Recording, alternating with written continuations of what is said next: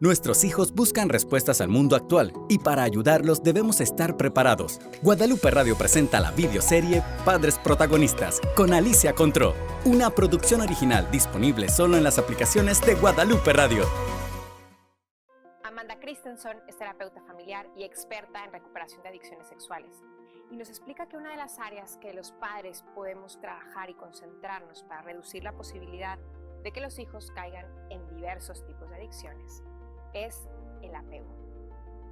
Un apego seguro. Bowlby, especialista en apego seguro, nos habla de esto, de ciertas características importantes que padres, madres necesitamos en las relaciones con los hijos. ¿Y qué creen? Hablando de educación sexual, este tipo de conversaciones profundas, importantes, que tienen que ver con la persona, con su intimidad, van ayudando a seguir fortaleciendo lazos de apego seguro que nos ayudan no solo para prevenir temas de adicciones, por ejemplo, a pornografía, sino conductas adictivas de riesgo en la vida de todos nuestros hijos.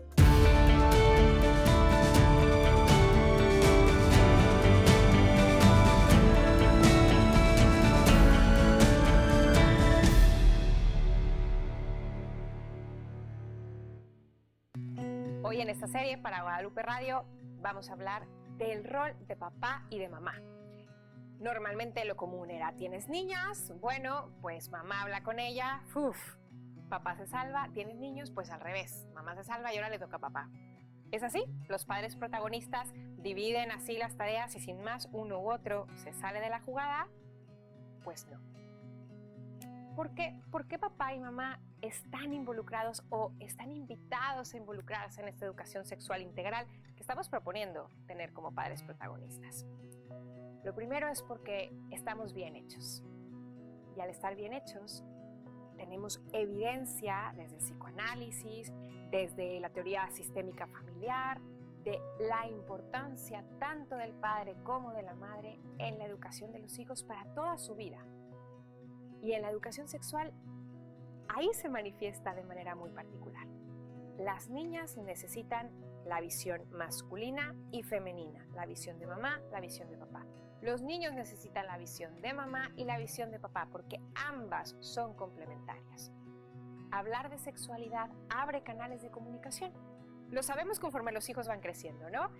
Cuando son pequeños la comunicación es más fácil, cuando son más grandes, pues la comunicación se va estrechando a menos que nosotros vayamos estableciendo este apego adecuado, estos canales de comunicación adecuado, esta retroalimentación adecuada que permite que se sigan abriendo.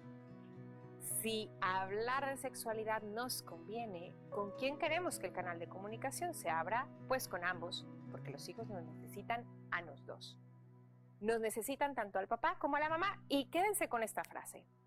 Si en tu casa, si en la mía hablamos de sexo, vamos a poder hablar de cualquier cosa. Si no hablamos de sexo, quizá de otras cosas tampoco. En la práctica, papás, nadie tenemos la vida comprada. Qué maravilla que el pretexto de haberte involucrado, papá, en una conversación de la pubertad de tu hija, te permitiría que si el día de mañana mamá falta, ese canal ya se había abierto contigo. Y mamá, de la misma manera, en la inversa. ¿Ok? Entonces, idealmente, papá y mamá se involucran en esta escalera educativa que hemos estado platicando en los episodios pasados. Pero la práctica no siempre es tan fácil. Entonces, vamos a ver, ¿qué hacemos en la práctica? Bueno, primero, habla quien sabe. A menos que mamá fuera uróloga o papá ginecólogo, es muy probable que pregunten algo de lo que realmente no tenemos tanta información. ¿Ok? Se vale que uno u otro sea más experto en un tema. Pero ojo, ¿cómo los mandamos con el otro?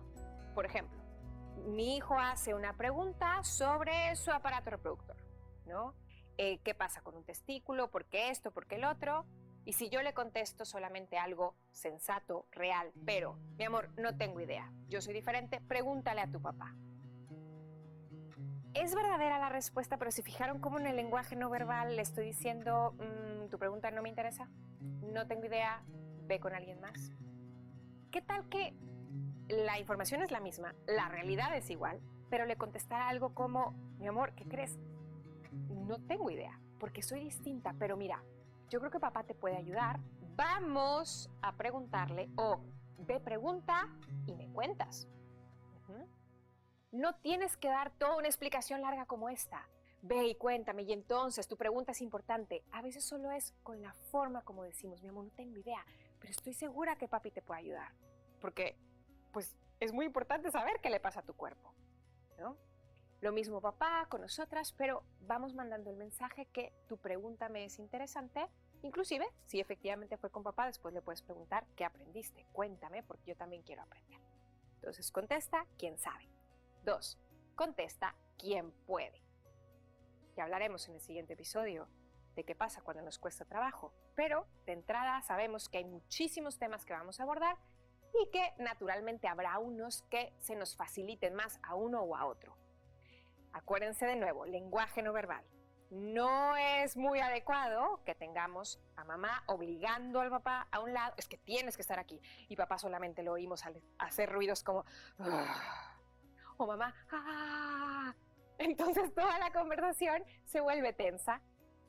Vamos a ver por qué no podemos, vamos a empezar a tener práctica para que vaya fluyendo la conversación, pero no pasa nada si hay de 100 un temita que a uno u otro se le facilite más platicar.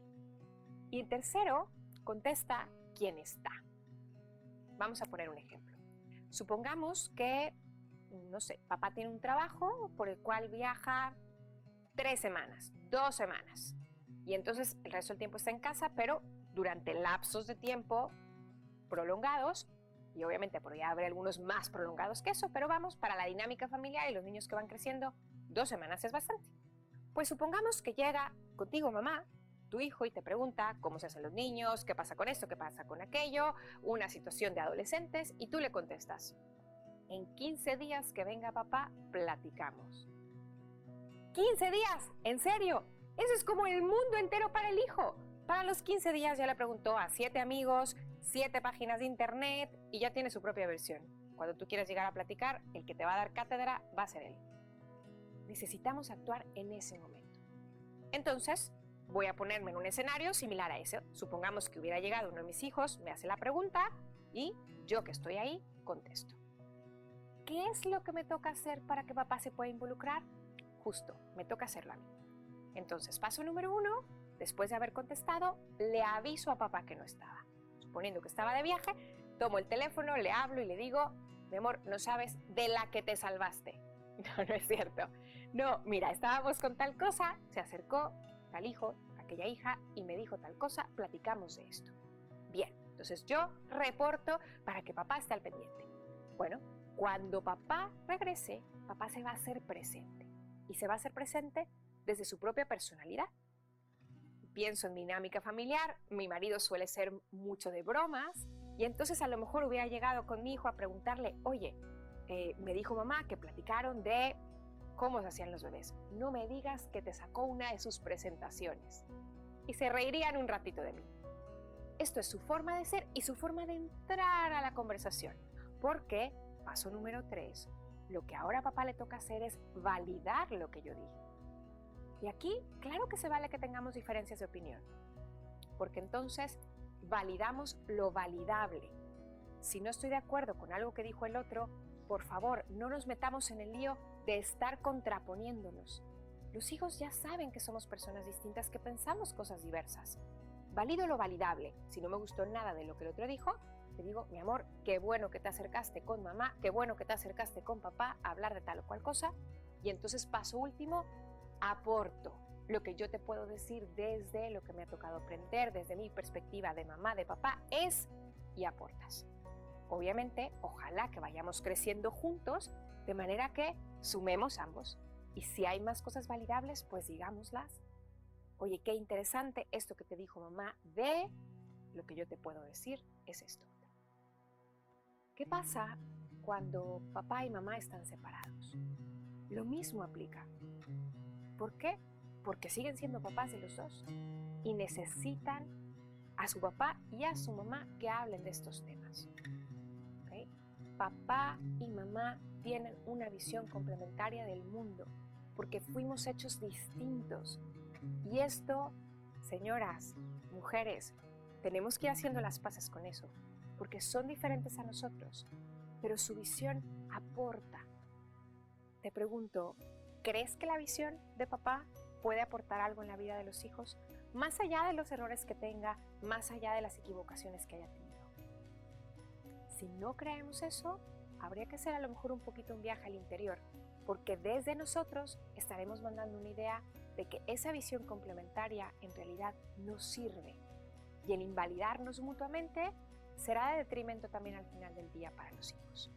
Entonces, papá y mamá no tienen que estar presentes todo el tiempo para hablar, pero nos vamos dando el aviso de lo que vamos platicando para que cada quien, desde su perspectiva y en el momento adecuado, pueda aportar a sus hijos y a sus hijas.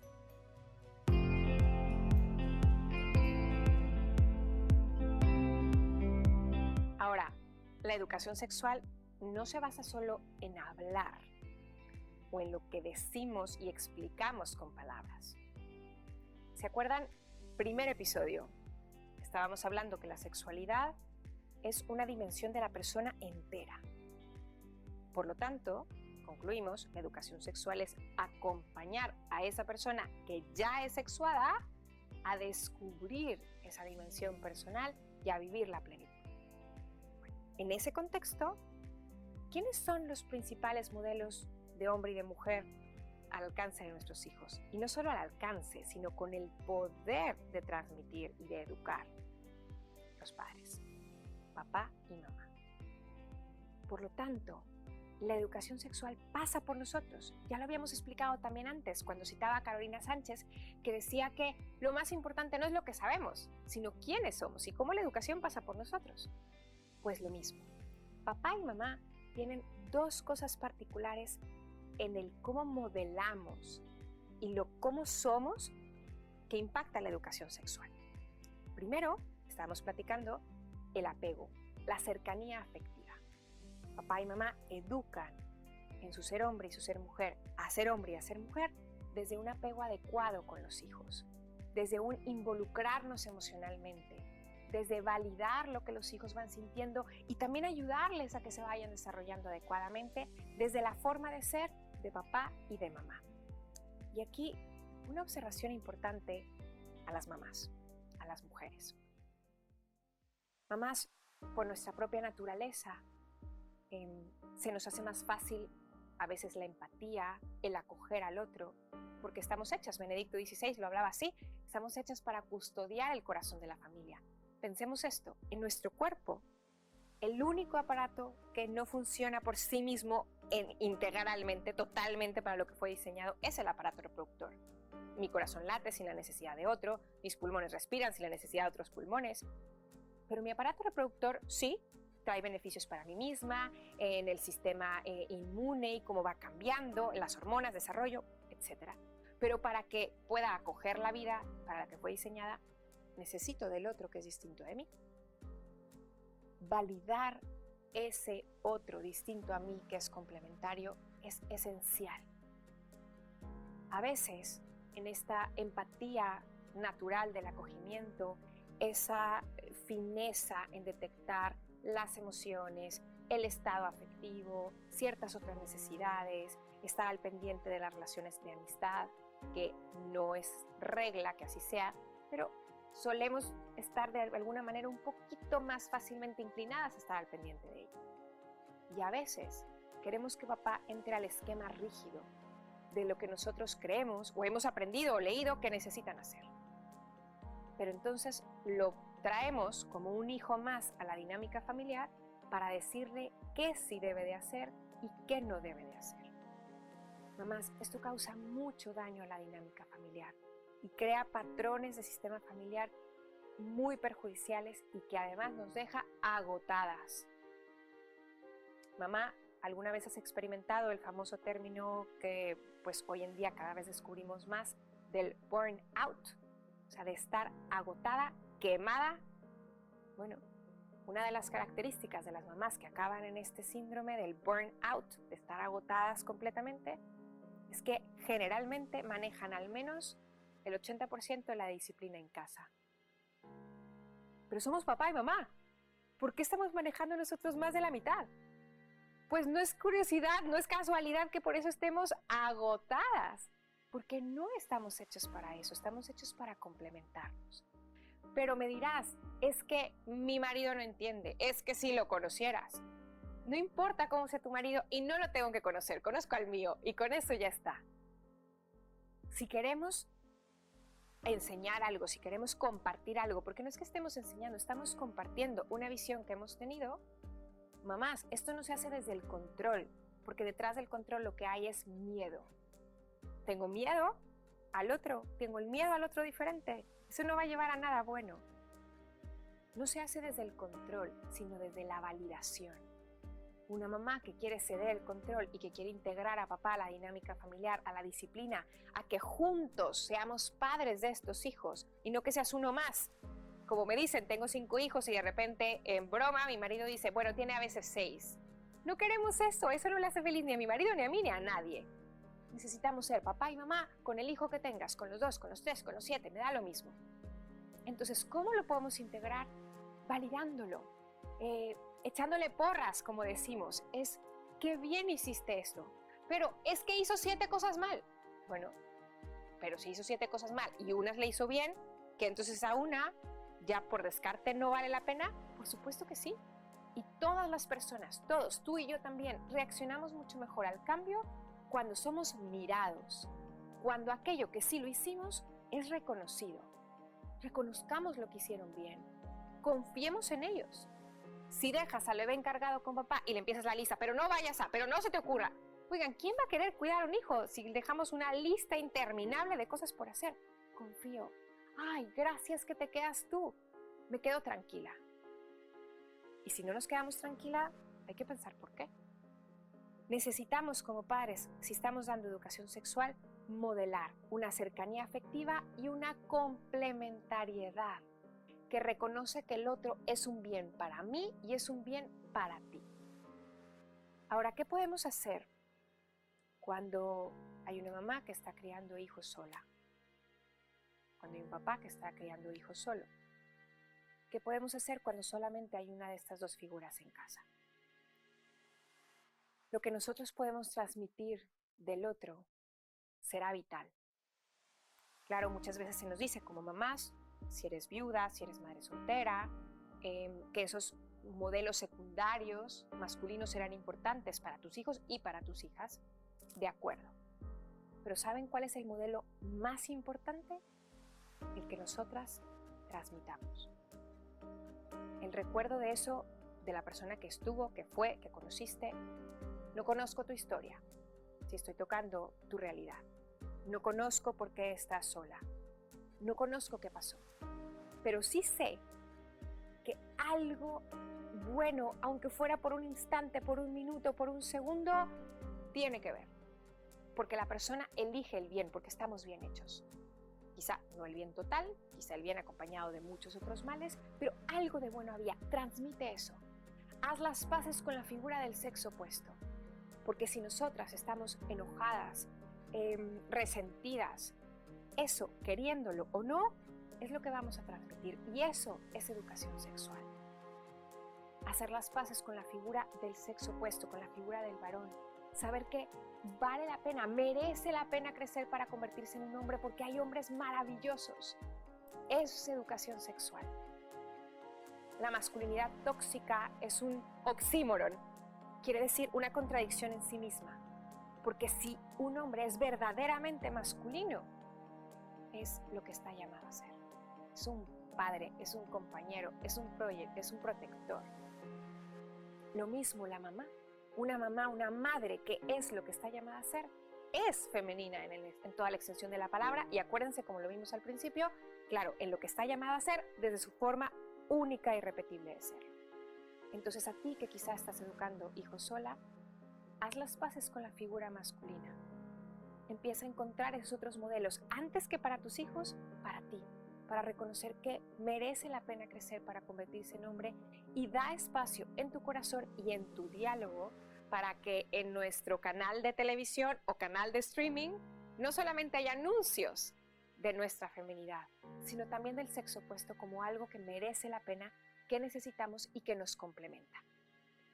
Por lo tanto, papá y mamá, Nuestros hijos nos necesitan a los dos. No tenemos que estar físicamente juntos para explicarlo, pero sí involucrarnos y dejarnos involucrar.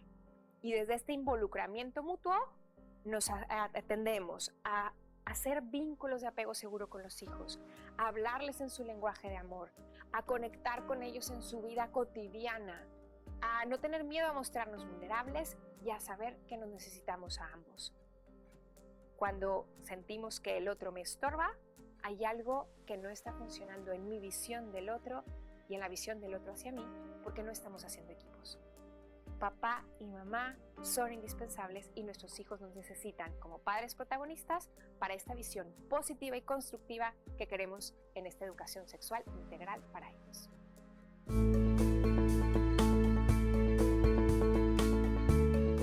En el próximo capítulo vamos a ver cómo profundizar aún más en nuestro rol de padres, pero en esta ocasión para ir no a ver el otro, sino ir hacia adentro, echarnos una mirada al interior, a nuestra propia visión de la sexualidad que puede estar haciendo ruido por ahí, para ver cómo allanamos el camino para dar la educación que nuestros hijos necesitan.